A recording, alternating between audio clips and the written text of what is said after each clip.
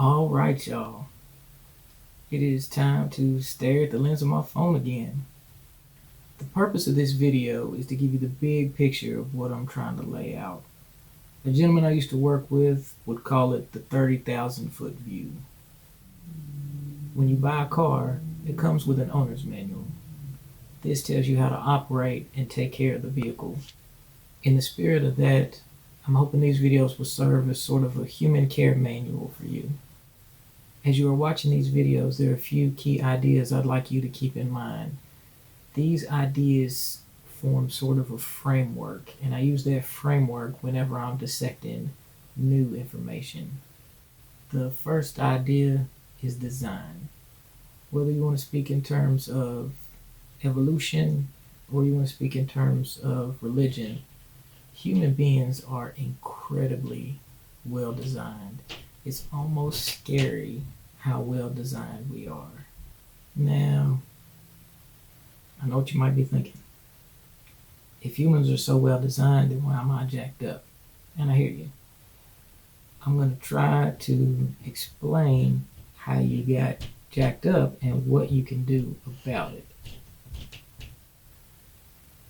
Number 2, and this plays directly off of number 1. At any given point in time, your body is doing the exact best possible thing given the circumstances. If you want to get rid of your disease, you have to give your body better circumstances to deal with. Someone once said, you can't expect to get well while remaining in the same environment that made you sick. Number 3. Here's a picture of mitochondria. We're told those little guys are responsible for energy production, but they do so much more than that.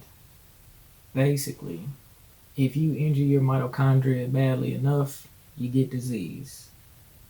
If you improve your mitochondria and they multiply, then you get health. If we as a society put as much time and resources into understanding mitochondria as we do DNA and genetics, then a lot of the diseases we have wouldn't exist anymore. Number 4.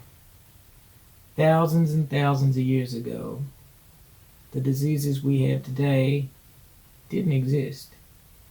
And in remote corners of the world, there are uncivilized people who don't get those diseases either, except when they adopt our modern ways.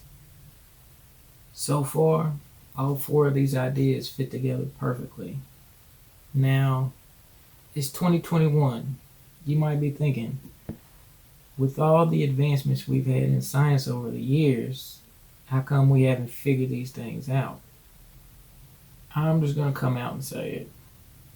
A lot of what we're told about health is just made up. Now, they didn't make it up out of nowhere. A lot of it boils down to experts in their field making their best guess, their best educated guess about how the body works in given situations based on the prevalent theories of the time. And once a theory becomes prevalent, it is really difficult to supplant it. Max Planck once said, and I'm going to look down at my notes to read this because it's long and I'm not going to try to memorize it. A scientific truth does not triumph by convincing its opponents and making them see the light, but rather because its opponents eventually die and a new generation grows up that is familiar with it. Some people have paraphrased this by saying science progresses one funeral at a time. None of the information I'm going to give you is new.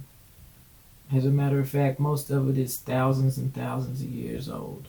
There are plenty of stories of people who brought forth information in the past, and for doing so were figuratively and sometimes literally killed because the ideas they brought forth didn't gel with whatever theory was big at the time.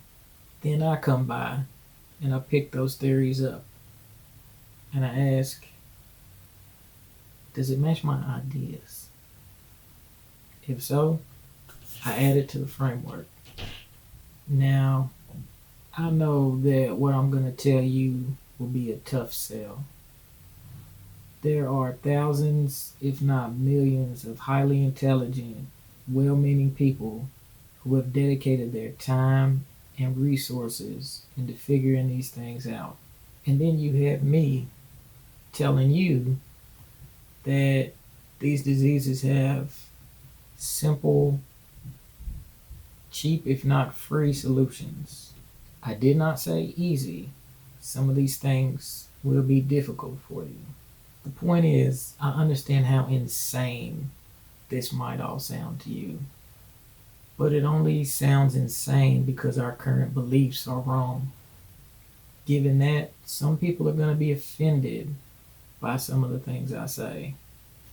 And if you are offended, I want you to know it is not intentional, and I do not take joy from it. Up until this point, I've avoided specific details, but I wanted to make sure we all got the big picture before we dug in and got our hands dirty. The next video was going to be chock full of details. It'll be about heart disease, heart attacks, and strokes. I encourage you to tune in for that one.